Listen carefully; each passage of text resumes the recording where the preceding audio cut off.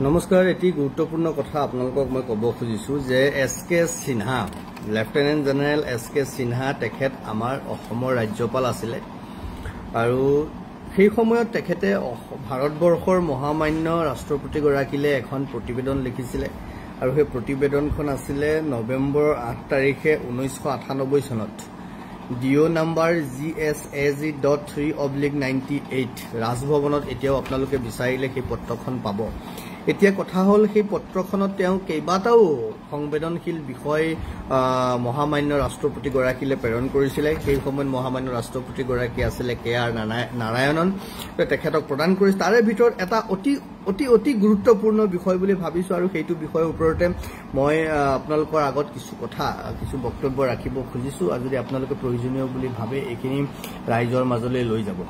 তাত এটা প্ৰসংগ আছে যে সীমান্তৰ সিপাৰৰ লোকৰ এই পাৰৰ লোকৰ সৈতে থকা জাতিগত ভাষিক আৰু ধৰ্মীয় মিলনৰ বাবে প্ৰব্ৰজনকাৰীসকলে সহজে আশ্ৰয় পায়। প্ৰসংগটো উচ্ছেদ দেই, প্ৰসংগটো অবৈধ বাংলাদেশী, প্ৰসংগটো সন্দেহযুক্ত নাগৰিক আৰু এই প্ৰসংগতে কৈছিলে যে সীমান্তৰ সিপাৰৰ মানে বাংলাদেশৰ প্ৰসংগ কৈছে এছ.কে. সিনহাই সীমান্তৰ সিপাৰৰ লোকৰ এই পাৰৰ লোকৰ সৈতে থকা জাতিগত ভাষিক আৰু ধৰ্মীয় মিলনৰ বাবে প্ৰব্ৰজনকাৰীসকলে সহজে আশ্ৰয় পায়। তাৰমানে বাংলাদেশত যি ধৰণৰ ভাষা ভাষী কথা বতৰা সাজপাৰ বা ধৰ্মৰ ৰীতি নীতি আছে সেই ধৰণৰ কথা বতৰাটো ভাৰততো আছে। গতিকে সেই ধৰণে তেওঁলোক আহিবলৈ সহজ পায়। তেওঁলোকৰ চেহেৰাবোৰো একেই নাই, পৃথকটো আপুনি একো ধৰিব নোৱাৰে। কিছুমান ৰাজনৈতিক দলে ভোট বেংক বৃদ্ধিৰ উদ্দেশ্যে এনে অবৈধ অনুপ্ৰৱেশক অনুপ্ৰাণিত কৰাৰ লগতে সহায় কৰি আহিছে। এইটো স্বাভাৱিক কথা, সকলোৱে জানে কোনে ক'ৰ পৰা কৰিছে। নাই নেহেৰু লিয়াকত চুক্তিৰ পৰা আৰম্ভ কৰি বিভিন্ন সময়ত ভাৰতবৰ্ষত কি ধৰণে মুছলমানসকলক আনি প্ৰতিষ্ঠা কৰা হৈছে। 1905 চনৰ পৰা যেতিয়াৰ পৰা আপোনাৰ বংগভংগ হোৱাৰ পিছত যেতিয়া মুছলিম লীগ গঠন কৰা হ'ল, সেই গোটেই প্ৰক্ৰিয়াটোৰ পিছত আপোনালোকে জানে সেই কথাবোৰ কি ধৰণে ইয়াত মোৰ ফুডৰ নামত খাদ্য বস্তু উৎপাদনৰ নামত কি ধৰণে ইয়াত পূৰ্ববংগীয় মুছলমানক আনি ইয়াত সংস্থাপিত কৰা হ'ল। নাই সেই কথাবোৰ আপোনালোকে জানে, সেই কথাবোৰ অসমৰ ৰাইজে সকলোৱে জানে। মই এই কথাবোৰ আকৌ নতুনকৈ ক'ব লাগে বুলি ভবা নাই, কিন্তু কথাটো হ'ল যে এতিয়া তাৰ পিছত সেই প্ৰতিবেদনৰ পিছৰ বাক্যত কি লিখিছে এছ.কে. সিনহাই সেইটো ডাঙৰ কথা যে তদুপৰি দুৰ্নীতিগ্ৰস্ত বিষয়াসকলৰ ব্যাপক দুৰ্নীতিয়েও তেওঁলোকৰ আগমনত সহায় কৰিছে। অলপতে লখিমপুৰত এনে এক চক্ৰক উৎখাত কৰা হৈছে। যোৱা 14 বছৰ ধৰি অবৈধ অনুপ্ৰৱেশকাৰীক নাগৰিকত্ব প্ৰমাণপত্ৰ দিয়া 4জন লোক তাত ধৰা পৰিছে।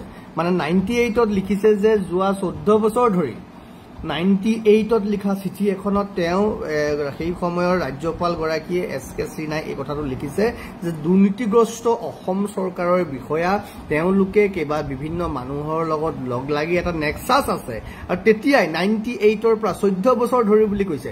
যোৱা 14 বছৰ ধৰি অবৈধ অনুপ্ৰৱেশকাৰীক নাগৰিকত্বৰ প্ৰমাণপত্ৰ দিয়া 4জন লোক তাত ধৰা হৈছে। ক'ত? লখিমপুৰত ধৰা হৈছে।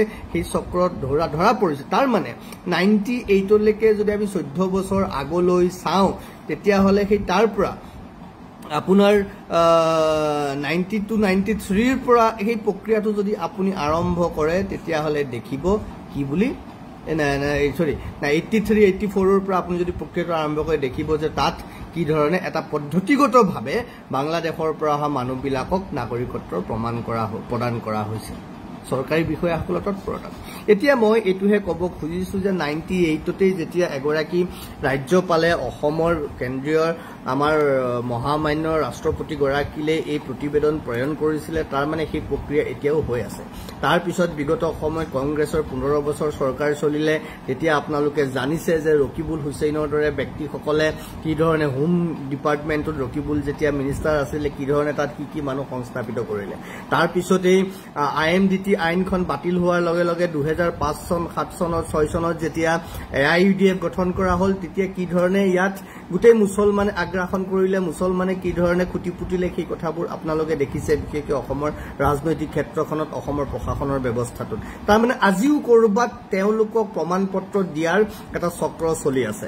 তেওঁলোকক প্ৰমাণপত্ৰ দিয়াৰ চক্ৰ যদি নচলিলেহেঁতেন তেতিয়াহ'লে মানকাছৰ বৰপেটা, ধুবুৰী, গোৱালপাৰা, বঙাইগাঁও, নগাঁও, মৰিগাঁও, হোজাই, আপোনাৰ ইনফেক্ট লখিমপুৰত, যোৰহাটত, গোলাঘাটত, হাইলাকান্দি, কাছাৰ, কৰিমগঞ্জ এই ঠাইবোৰত সিহঁত ইমানবোৰ সকলোৱে জানে যে অবৈধ বাংলাদেশী আহি আছে তাৰ পিছত তেওঁলোক সবেই কয় আমাৰ কাগজ আছে শেহতীয়াকৈ আমি বাতৰি পাইছিলো কেৰালাৰ পোৰ্টত কাম কৰা কোনোবা কৰ্মচাৰীও অসম চৰকাৰৰ পৰা তেওঁলোকে আধাৰ কাৰ্ড দেখুৱাইছে য'ত তেওঁলোক হৈছে একেটা এড্ৰেছত জানি আচৰিত হ'ব শেহতীয়াকৈ মই এটি পোৰ্টৰ এজন বিষয়াৰ লগত কথা পাতিছিলো যে অসমৰ এড্ৰেছত প্ৰায় 20-25 জন একেখিনি মানুহৰ এড্ৰেছত তেওঁলোকে তাত কাম কৰি আছে ফেক এড্ৰেছ বনাইছে অসমৰ চৰকাৰী বিষয়াসকলৰ তৎপৰতাত বা সহযোগত এতিয়া মই অসমৰ মাননীয় মুখ্যমন্ত্ৰী মহোদয়ক আহ্বান কৰিব খুজিছো সেইসকল চৰকাৰী বিষয়া কোন সেইসকল সাৰ্কুল অফিচাৰ কোন সেই কেইজন ডিসি কোন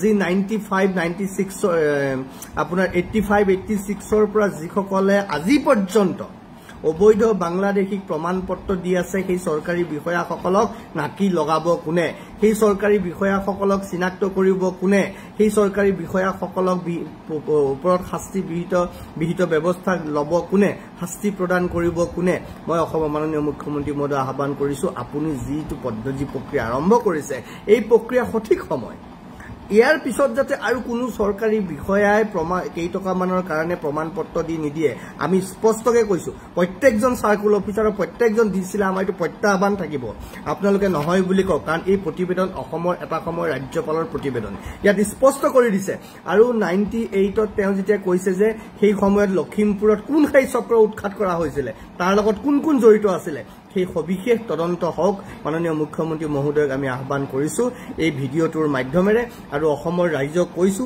যে অসমৰ যিসকল বিষয়া আছে আজি কোন আছে সাৰ্কুল অফিচাৰজন কোন ডিসি জন কোন এসপি জন কোন এসডিপিও জন কোন তেওঁলোক যদি কোনবা বাহিৰৰ মানুহ আহি পেলাই ইয়াত যদি বাংলাদেশী জ্ঞান নাগৰিকত্ব প্ৰদান কৰিছে তে আপোনাৰ মোৰ মুখখন কেলে বন্ধ হৈ আছে আৰু যদি আমাৰ সেই যে কোনোবা কলিতা হয়কিয়া গুহাই গগৈ যদি কোনোবা তেনেকুৱা কাম কৰিছে তেতিয়াহলে তেওঁলোক কোন হয় তেওঁলোক প্ৰকৃতাৰ্থত জাতিদ্ৰোহী তেওঁলোকে চৰকাৰী দৰমহা লৈ পেলাই তেওঁলোকে কেৱল আৰু কেৱল নিজৰ পেট পালেঙৰ কাৰণে জাতিটোক পণবন্দী কৰিছে এইবিলাক মানুহক কোনে চকু দিব মই মুখ্যমন্ত্ৰী মহোদয় পুনৰবাৰ কৈছো আপুনি যি প্ৰক্ৰিয়া আৰম্ভ কৰিছে এই প্ৰক্ৰিয়াৰ লগত আমি আপোনাৰ লগত আছো শক্তিশালীভাৱে আছো সহযোগ কৰিবলৈ প্ৰতিটো মুহূৰ্তত প্ৰস্তুত হৈ আছো কৰি আছো সাধ্য অনুসৰি যিমানখিনি পাৰিছো চৰকাৰী বিষয়াসকলকো কিন্তু নাকি লগাব হৈছে তেওঁলোকৰ ওপৰতো তদন্ত কৰা হওক সেই সময়ৰ পৰা এতিয়ালৈকে কোনো কাৰণত যাতে কোনো চৰকাৰী বিষয়াই কোনো নথিপত্ৰ দিব নোৱাৰিব অন্তত সন্দেহযুক্ত নাগৰিকক কোনো কাগজ পত্ৰ দিব নোৱাৰিব কোনোৱে মাটিবাৰী কিনিব নোৱাৰিব এই কিদিনত যেতিয়ালৈকে নাগৰিকত্ব প্ৰমাণ নহয় যদি অলপো কিবা খেলিমেলি হয় তেতিয়াহলে বিহিত ব্যৱস্থা গ্ৰহণ কৰক মাননীয় মুখ্যমন্ত্ৰী মহোদয় কৈছো নহলে কিন্তু আমি যিমান যি কৰিলেও আমি অসমীয়া মানুহখিনি অসমখনক আমি সত্য শুদ্ধভাৱে স্বকীয়তাৰে স্বাভিমানেৰে আমি ৰাখিব নোৱাৰিম জীয়াই কাৰণ বাকি ৰাজনৈতিক বহু আশোপাটো দেখিছে আপোনালোকে কি ধৰণে কৰিছে কংগ্ৰেছৰ তাহানিৰ পৰা আৰম্ভ কৰি গৌৰৱ গগৈলৈকে তেওঁ এতিয়া এই তেওঁলোকৰ ত্ৰাণকৰ্তা ৰূপে থিয় দিছে কৰক তেওঁলোকক কিন্তু মুখ্যমন্ত্ৰী মহোদয় হাত জোৰ কৰি প্ৰাৰ্থনা কৰিছো আহ্বান কৰিছো অন্তত চৰকাৰী বিষয়াসকলে যাতে কোনো কাৰণতে কাৰো পৰিচনাত পৰি কোনো চক্ৰান্তৰ লোভত বা যিকোনো ধৰণৰ কাৰণত বিচলিত হৈ তেওঁলোকে কাকো প্ৰমাণপত্ৰ নিদিয়ে সেইটো নিশ্চিত কৰা দায়িত্ব আপোনাৰ আশা কৰিছো আপুনি সেই কামটো খুব সুন্দৰভাৱে কৰিব পাৰিব সকলো ভালে থাকক নমস্কাৰ ধন্যবাদ